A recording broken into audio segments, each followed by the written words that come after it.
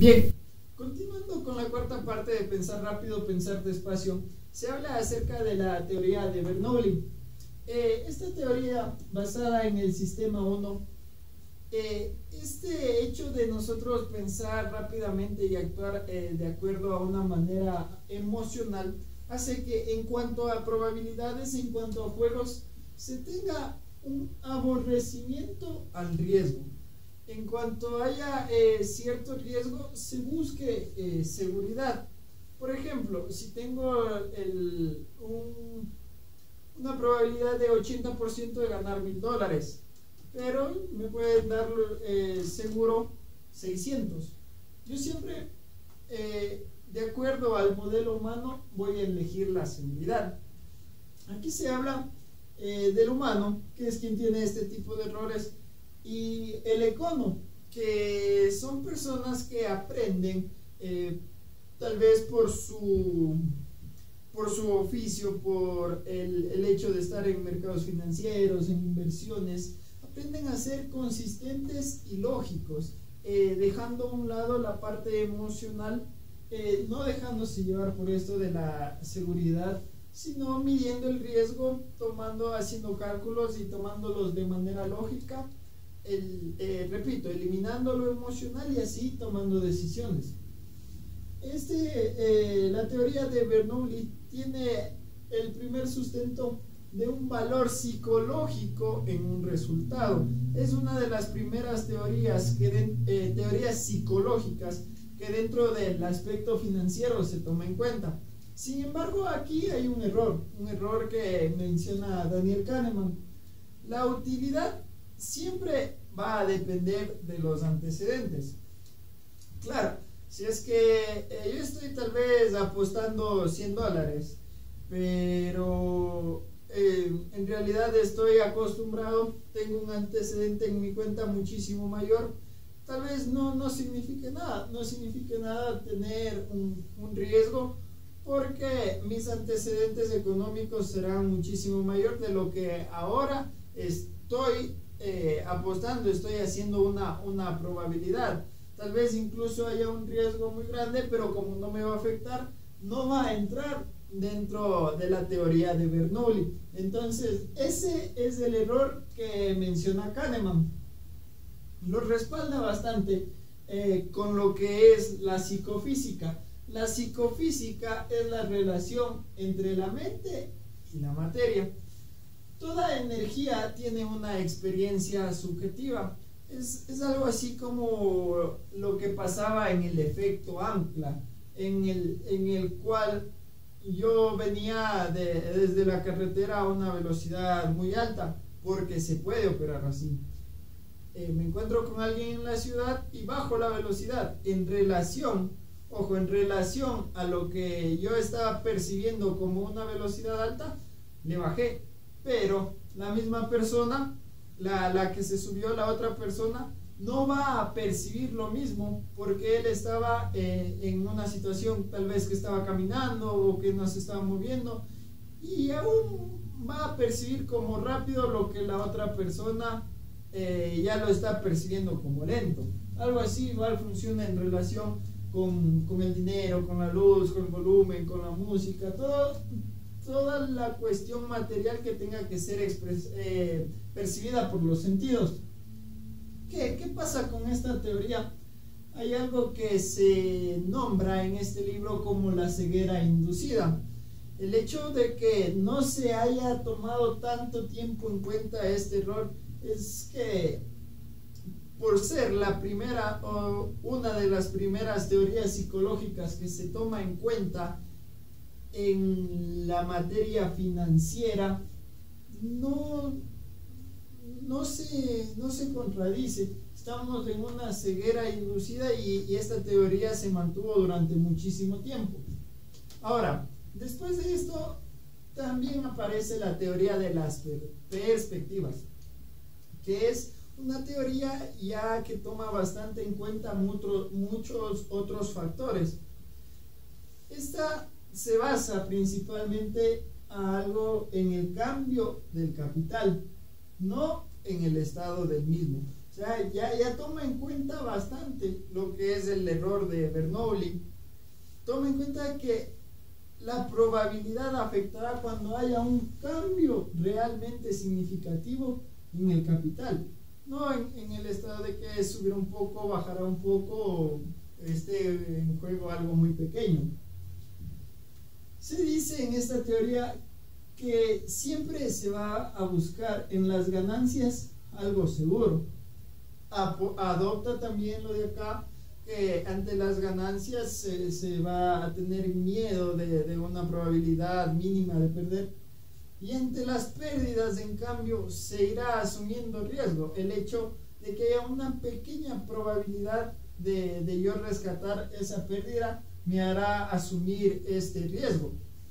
Dentro de la evaluación financiera aporta el hecho de que haya para las decisiones un punto de referencia. En materia financiera, el punto de referencia a veces es el status quo, el papel que tengo yo en la escala económica, en la escala social, y un resultado esperado. Tal vez si yo le puse una cifra, el hecho de este punto de referencia, si es que yo esperaba ganar $1,000 pero gané 950, entonces no habrá tanto cambio. Será el punto de referencia quien haga que estas probabilidades cambien o no cambien mi emoción, mi estado, mis sentidos. El hecho de la sensibilidad no es lo mismo $100 que hay entre 900 y 1000 y $100 que hay entre 100 y 200. En el segundo caso se viene casi a duplicar. Entonces es la sensibilidad que tendremos en un juego, en una probabilidad. Y un concepto que mencionan es uno de los más importantes: la aversión a la pérdida. Es el miedo irracional del ser humano a las pérdidas. El hecho de que en estas pérdidas, como se dijo aquí, se tomen riesgos ya irracionales, cuando en realidad se debería ya tomar esa pérdida para no seguirla perdiendo. No, el comportamiento humano se aferra a una probabilidad, aunque sea mínima, de salvar la pérdida y asumir riesgos que son irracionales. El econo, en cambio, es tolerante a la pérdida. Como tiene varios juegos de probabilidades en las inversiones, siempre estará el riesgo y sabrá asumir cuando deba las pérdidas. El error. En esta teoría de las perspectivas también cuenta con un error que se menciona, y es la teoría no considera la desilusión. ¿Qué pasa si es que en una decisión no considero hacer nada? El hecho de quedarme en el lugar en el que estoy y por no haberme movido no gano nada. Es por razonamiento, por lógica, una pérdida, porque pude haber ganado pero no lo hice. Eso no lo considero. El efecto de dotación. El efecto de dotación tiene bastante que ver con lo que son los gustos. Los gustos no son inalterables. Algo que a nosotros nos gusta tiene mucho que ver con esto. No tiene precio. El efecto de dotación analiza ese sentimiento, cómo nos comportamos cuando algo no solamente es comercial, no solamente es de inversión, no es de probabilidad, sino adquiere un valor emocional. Aquí se asume o se da más importancia a las desventajas que a las ventajas. Ojo, este efecto de dotación, como decía al principio, no es universal. En el comercio no podremos tener eso porque sabemos que los bienes que estamos obteniendo o vendiendo son destinados para eso, para una compra-venta. Entonces en el comercio no habrá, solo en lo que tiene que ver con lo emocional. Se hace un estudio bastante interesante en el cual se pone un objeto y hay 3 puntos de vista. ¿Qué pasa si es que a esa persona se le entrega el objeto y se le dice, digamos que como en el libro es una taza, se le dice, ahora que usted tiene la taza, ¿en cuánto me vendería? El resultado da un valor de $7.12, el resultado promedio del muestreo que se hace de todas las personas que participaron en el experimento. Un optador, una persona que no se le entrega la taza, pero le dice, a ver, yo te puedo dar la taza o el valor que tú consideras que esa taza cueste para ti. El resultado, ojo, fue de $3.12. Y ahora, un comprador es el que dice, te vendo esta taza. Ese le dio un valor de 2.87. Ahora, desde la perspectiva de razonamiento, el vendedor y el optador deberían haber dado el mismo valor, pero esto demuestra el sesgo emocional que hay cuando un bien ya adquiere cierta emoción, cierto sentimiento del uso que le puedo dar, de que ya está en mi poder, y adquiere un valor sentimental que se ve reflejado en un precio más alto. Aquí hay bastante relación con el efecto de dotación en el hecho de las cosas artísticas, en el hecho de cuestiones de entretenimiento, por ejemplo, en una cuestión de un concierto. Yo adquiero entradas para mi artista favorito. Digamos que en la mejor posición en la que le puedo observar me cuestan unos $200. Tal vez, dependiendo del gusto que tenga por este artista, si es que alguien me lo quiere comprar, no lo vendería ni por $3,000. Tal vez tendría que pasar los $3,000 para que yo piense siquiera en vender, porque el efecto de dotación demuestra eso, el sentimentalismo que tengo con bienes o con servicios en este caso, que impactan bastante en la emoción. Otra cuestión, los eventos malos. Aquí tiene muchísimo que ver lo que decíamos que es un aporte bastante importante para la psicología financiera, la aversión a la pérdida, y cómo la amígdala, esa parte del cerebro, la más irracional, la más primitiva que tenemos, hace que veamos bastante lo malo antes que lo bueno. Y esto se da porque en realidad el ser humano es una persona de supervivencia, y si es que ve algo malo se activará rápidamente en mecanismos de defensa físicos, tal vez mucho más esto en la antigüedad, y emocionales sobre todo en este sentido. Por eso dice que la supervivencia se da prioridad a lo malo, incluso cuando se trata solo de lenguaje, de palabras, de pensar que podría pasar así. Se pone un ejemplo, una investigación, dice que en la cuestión del matrimonio, lo que hace que las personas persistan en tengan un matrimonio duradero no es el hecho de las cosas buenas, es el hecho de evitar lo malo, porque nuestro organismo está preinstalado para lo malo, para defenderse, para tener esa supervivencia de lo malo. Dice que el factor para que sea exitoso un matrimonio debe ser de 5 cosas buenas por una mala. Entonces el valor de lo malo debe ser muy inferior a lo que es lo bueno, en un ejemplo de la vida que es el matrimonio.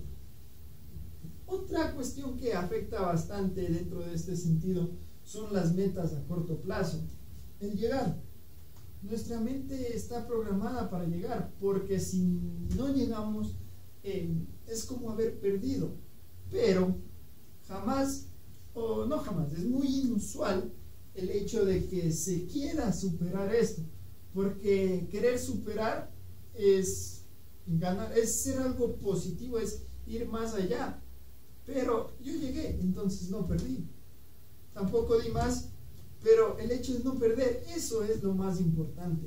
Deberíamos programar a nuestro cerebro para que sea más ambicioso y buscar el ganar, buscar el superar.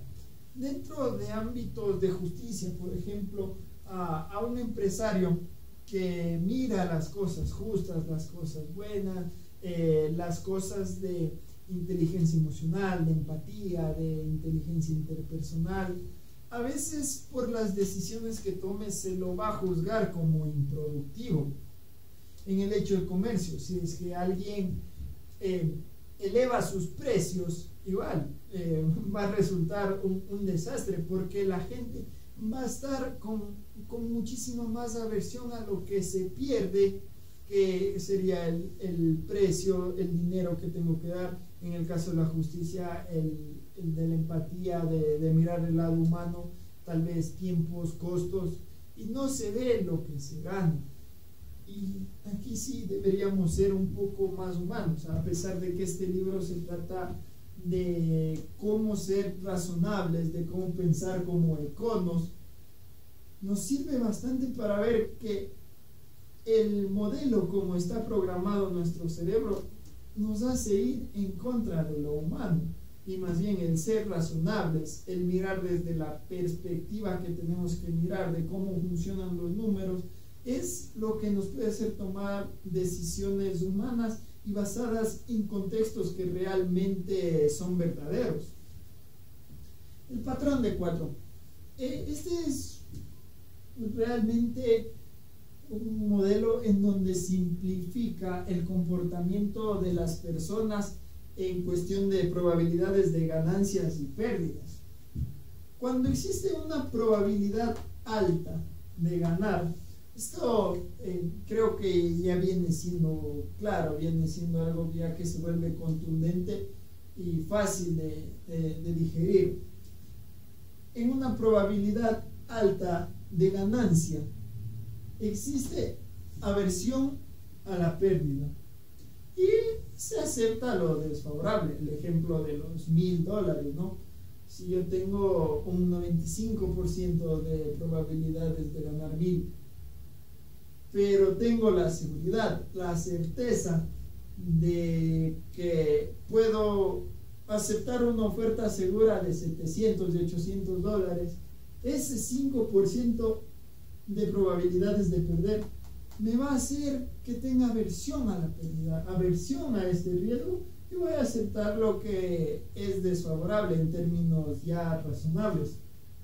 Ante las ganancias, una probabilidad baja de ganar nos hace buscar el riesgo y rechazar lo que es favorable.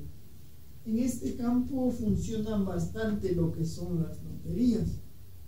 Hay una probabilidad bajísima de lo que significa poder ganar la lotería, pero buscamos ese riesgo, gastamos el dinero. Ojo, este es un ejemplo cualquiera, pero en las inversiones ya estos ejemplos son más consistentes y suelen pasar, y se rechaza lo que es favorable. En este caso sería invertir. Vamos acá, la probabilidad baja de perder, acepta algo desfavorable porque hay aborrecimiento al riesgo. ¿Qué puede trabajar en este campo? Los seguros. Los seguros saben más que nadie que existen probabilidades muy bajas de las cosas por las cuales ellos aseguran, por lo que ellos prestan sus servicios. Sin embargo, ellos tienen también claro que existe una aversión al riesgo de una pérdida y aprovechan de eso para hacerse rentables. Lo que sí viene a ser un tanto más sorprendente y demuestra bastante lo irracional, que ya lo veíamos acá, es la búsqueda de riesgo cuando hay una probabilidad alta de perder. Yo voy a perder $1,000 y hay un 10% de probabilidad de que me salve. pero me va a costar 1000 más. No importa que eso sea desfavorable, el hecho de darme esa esperanza de no perder esos $1000, aunque si es que llego a perder serían 2000, esa pequeña ilusión hace que busque el riesgo, aunque no sea nada favorable.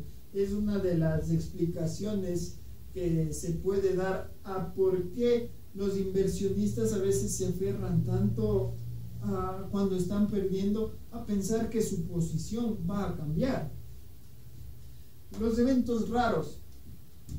Los eventos raros tienen muchísimo que ver con lo que es la disponibilidad, una cascada de disponibilidad. Esta es la razón por la cual el terrorismo es tan efectivo. En un país donde existe una alta demanda, digámoslo así, de ataques terroristas, se registró 25 ataques dentro de 4 años.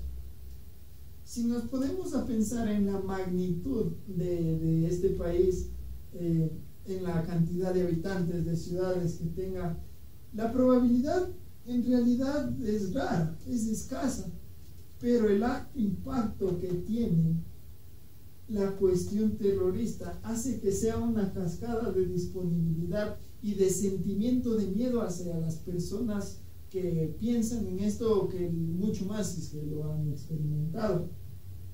Esto es algo que el sistema 2, por más que pueda ser bastante razonable en el hecho de mirar esa probabilidad baja, no lo va a eliminar, no va a eliminar esa incomodidad de estar expuesto a este evento raro. Tiene mucho que ver con la teoría de las perspectivas. Los eventos improbables son o bien ignorados, que en su mayoría de tiempo pasan, o cuando tienen un alto impacto son sobreestimados, y hay que tener mucho cuidado con esto en las finanzas. El hecho de una gran crisis, por ejemplo, nos hizo perder muchísimo dinero, y tal vez las grandes crisis no se den en periodos de 10, 20 años, pero como me hizo perder muchísimo dinero, va a sobreestimar y me va a dar aversión al riesgo, y por lo tanto voy a tomar decisiones irracionales basadas en un miedo de algo que está sobreestimado. Nuestra mente está programada para prestar atención a lo que es extraño, a lo que es diferente, a lo que es poco habitual, y esto le da sustento a nuestro comportamiento acerca de los eventos raros. Ahora, dentro de esto hay mucho de las personas que llegan a darse cuenta dentro del comercio, las finanzas, en muchos lugares, la manipulación de estos datos. Una forma de esto es el hecho de cómo expresar las cosas. A veces, cuando los datos se da en cantidad, ¿cuántos? Digamos, una de 100 personas que toman ese medicamento fallecen. Tiene muchísimo más impacto que digan el 1% de las personas que toman ese medicamento fallecen. Ojo, este es un ejemplo que se da en este momento, pero haciéndolo, adaptándolo bien a un comercio, a la manipulación en una inversión, en algo financiero, puede tener un efecto bastante significativo que va a hacer tomar decisiones tal vez irracionales. Nuestra mente tiene menos apego a lo que es abstracto. De igual manera, cuando se quiera maquillar una cifra, se la podrá dar en signos de porcentajes y no tendrá tanto impacto como si se la diera en cuantificativa, ya en cantidades. Esto es mucho más impactante cuando este evento raro, como se decía, se vive en la experiencia propia. El dato llega a ser el doble, el triple, va a tener el triple de impacto en esta persona si en realidad tuvo una experiencia propia. Las políticas frente a esto que se ha hablado es de las mayores aportaciones psicológicas a las finanzas frente al riesgo. Parte del hecho del WISIATI, no nos olvidemos, lo que está a nuestra disposición, lo que vemos, lo que estamos más relacionados, tiene mucho que ver con cómo vamos a interpretar las cosas. Como nuestro sistema 2 es bastante perezoso, entonces no tomará en cuenta el hecho de que hay mucho contexto, muchas realidades atrás de las probabilidades de los eventos que nos quieran decir, y para que no tengamos un buen razonamiento. Aquí hay algo que se llama el marco amplio. Tienes un 65% de probabilidad de duplicar tu dinero y el 35% de perderlo. Si es que alguien se pone a pensar en eso, digamos, con unos $50, yo voy a dudar bastante, porque en realidad las cifras no son tan altas, las probabilidades no son tan altas. Sin embargo, si miramos en un marco amplio, está bien, yo acepto lo que tú me dices, pero hagámoslo 20 veces. En ese momento, esta política frente al riesgo va a ir haciendo que como el concepto mismo lo dice, la suma de pérdidas y ganancias dentro de este marco dé un resultado positivo, y es la forma como debemos ver al momento de tomar decisiones. El mantra: conjunto de pequeños juegos en este marco amplio. Ahora, hay ciertas reglas, ciertas cuestiones que hay que tomar en cuenta, ciertas políticas frente a este marco amplio. Los juegos realmente tienen que ser independientes, tienen que ser al azar. En las estadísticas la cuestión funciona así. Cada juego es independiente y esta es una de las condiciones. Que no preocupe el patrimonio total, el hecho de que no estoy comprometiendo realmente un movimiento en mi capital. Largo plazo, ojo, si es que es algo a largo plazo y tenemos una probabilidad pequeña, realmente no hacerlo, porque el marco amplio es el resultado de los juegos a corto plazo, y el largo plazo viene a ser estos pequeños juegos a corto plazo. Y si encima más tengo una probabilidad baja, es mejor no hacerlo. La política frente al riesgo, entonces, nos ayuda a quitarnos a veces ese temor de el 35% de pérdida.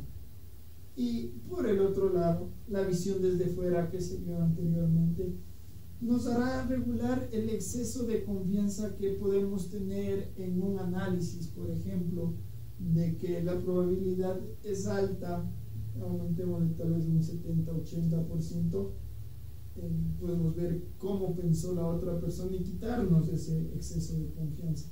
Lo ideal dentro del marco financiero sería tener un balance entre estas dos, usando estas teorías, estos métodos a nuestro favor. Una realidad que es inminente en la economía es el consumismo al que estamos envueltos cada vez más a cosas que realmente no necesitamos.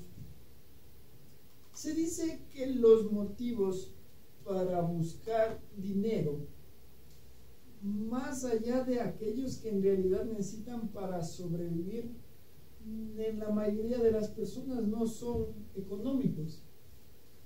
Una forma en la que nosotros percibimos el dinero, cómo hacemos cuentas en nuestra mente, es a veces dividiendo. Tengo en un banco mis ahorros, tengo acá lo que necesito para la comida, a veces necesitaré hacer una deuda para adquirir algo, y esa es la manera en la que funcionan las tarjetas de crédito. Sin embargo, los econos, estos agentes racionales, hacen que todo sea un global. No hay por qué acudir a la tarjeta de crédito. Yo tengo una sola cuenta y mediante esa me manejo, porque la racionalidad, el uso que yo le dé será independiente de las emociones, del consumismo que provoca la economía. Dentro de una decisión, tal vez yo necesito, tengo acciones, tengo dos tipos de acciones y necesito venderlas para, no sé, para la universidad de mi hijo. ¿Cuál opción vendo? ¿Una opción que está siendo ganadora o una opción que está siendo perdedora? La tendencia de la mente, por el efecto de disponibilidad, por el hecho de ver que en esa acción tal vez esté ganando, la mayoría de personas, la persona que no es un ente racional, optará por la acción ganadora. Sin embargo, un econo sí se hará la pregunta correcta. Y la pregunta correcta es: ¿qué acción subirá y qué acción se mantendrá o bajará? Entonces, independientemente del hecho que la acción sea ganadora o perdedora, lo que se puede manifestar es cuál me va a dar mayor rendimiento en el futuro. Y esa será la acción correcta que yo debo vender para la necesidad que tenga. Evitar riesgo. Digamos que tenemos dos situaciones. Una en la cual yo compré unas entradas para ir al cine, y otra situación en la cual a mí me regalaron las entradas para ir al cine. Entonces se da que existe una tormenta, digamos una tormenta de nieve, una tormenta muy peligrosa. ¿Cuál de las dos situaciones me hará que evite ese riesgo y no acudir a la función de cine?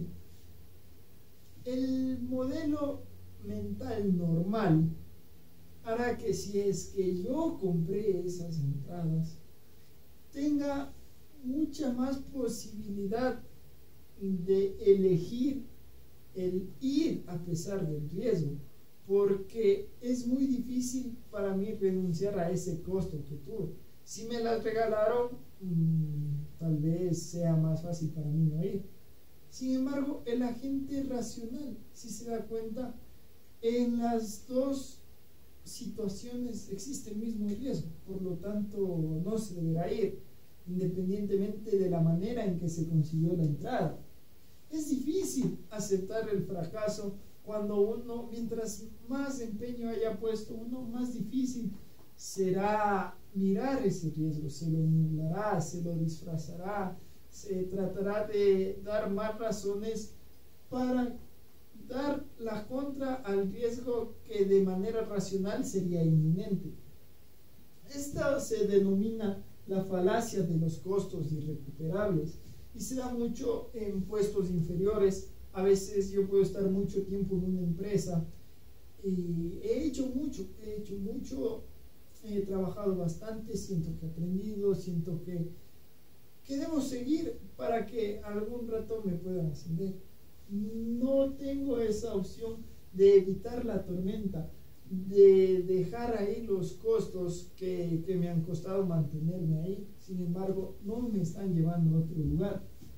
El hecho de tener desavenencias matrimoniales, el costo sentimental que han llevado estos años, y hay un riesgo de que las cosas estén mal, de que sentimentalmente me haga daño, pero como tengo costos que tal vez sean irrecuperables, me será mucho más difícil aceptar ese riesgo. El hecho de proyectos investigativos, por ejemplo, se ha tomado bastante tiempo en realizar una investigación que razonablemente va a resultar un fracaso, pero como he puesto costos, he puesto tiempo en las cuestiones, en esa investigación, me va a ser muy difícil aceptar ese riesgo. El arrepentimiento es algo que encaja perfectamente en este concepto, ya que se tiene mucho más miedo de realizar la acción que tener la misma pérdida por una inacción. El hecho de quedarme en ese rincón seguro, a pesar de que si me hubiera movido hubiera obtenido otro resultado, hace que la mente tenga más apego por quedarse en la inacción y menos esto, evita eso, el arrepentimiento. Sin embargo, lo que no se toma en cuenta es que existe un sistema inmune psicológico que hace percibir realmente mucho más grande el arrepentimiento de lo que podemos hacer por la acción. Es por eso que muchas personas no se arriesgan, no se van a lo que realmente quieren por el miedo al arrepentimiento. Se habla también de las revocaciones. El patetismo es el concepto que se le da al si hubiera hecho tal cosa o si hubiera ido a tal lugar. Se dice que va a costar más una pérdida, un evento, una probabilidad mala, si es que uno está fuera de lo que acostumbra. Existe tal vez un robo porque fui a una tienda a la cual no suelo ir porque la que voy estaba cerrada. Esto hace que me hace pensar que si yo hubiera ido a la tienda que siempre voy, ya no me hubieran robado. Pero realmente, si nos ponemos a ver de manera racional, esto no es cierto. El hecho de estas cosas ya yéndose a la vida es que lo difícil es que casi nunca estas consideraciones se presentan juntas.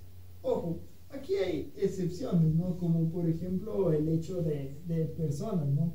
Un niño de 15, bueno, un adolescente ya de 15 años mide 1,70 m y es alto, versus tal vez un adulto de 25 años que mide el mismo 1,70 m, pero es pequeño. Entonces, estos tipos de consideraciones, si es que se dan juntas como si se dan separadas, tendrán la misma conclusión, la misma perspectiva de lo que es. En el dinero, en cambio, es un poco más difícil. Pongamos una cuestión de ayuda, una cuestión social. Nos venden el hecho de que hay cierta población de delfines en una isla la cual sufrió una afectación por cierto petróleo derramado. Consideremos eso por un lado. Por otro lado, consideremos el hecho de que existe una ayuda para trabajadores del campo, para proporcionarles capacitaciones, productos que puedan evitar el cáncer a la piel por su trabajo expuestos al sol. En esta investigación se realiza una investigación y se da que el hecho de que se tome en cuenta solo a los delfines hagan que esta cuestión medioambiental pese muchísimo más en dólares que la cuestión de los trabajadores en el campo. Pero si ya nos vamos a la gente racional, el hecho es que la gente se puede morir de cáncer, pueden sufrir mucho más, y el hecho medioambiental tendrá una relevancia inferior comparándola con el otro, y viene a ser un ejemplo de un marco estrecho. El hecho de que igual las leyes medioambientales tengan multas más altas tal vez que leyes penales, por ejemplo, se dan porque se ve en un marco estrecho, no se ve en el marco amplio de ese mantra que veíamos anteriormente, de pequeñas situaciones, de pequeñas probabilidades. Se da solo mirando a aquella probabilidad individual, pero no se ve en un marco amplio de lo que realmente hay de contexto. Y esto se puede dar a manipulaciones, a cómo yo presento las cosas para que de esa manera esté conforme a lo que a mí me conviene, tal vez como empresa, como agente político o como muchas otras cosas más. Aquí se da los marcos y la realidad. Es difícil este tema porque la percepción, aunque lógicamente, razonablemente las cosas son iguales. Por ejemplo, aquí en el Mundial, ¿no?, en el que ganó Italia, si la información se le da de esa manera, ganó Italia, se la percibe distinto que cuando se dice perdió Francia. Razonablemente, matemáticamente, estadísticamente es lo mismo, pero emocionalmente la forma en que tenemos de percibir esta información es distinta. La pérdida tiene un valor emocional más triste, mucho más negativo que el costo. Un ejemplo es que el hecho de que me realicen un recargo a una cuenta me va a pesar más que no me den un descuento. ¿Por qué?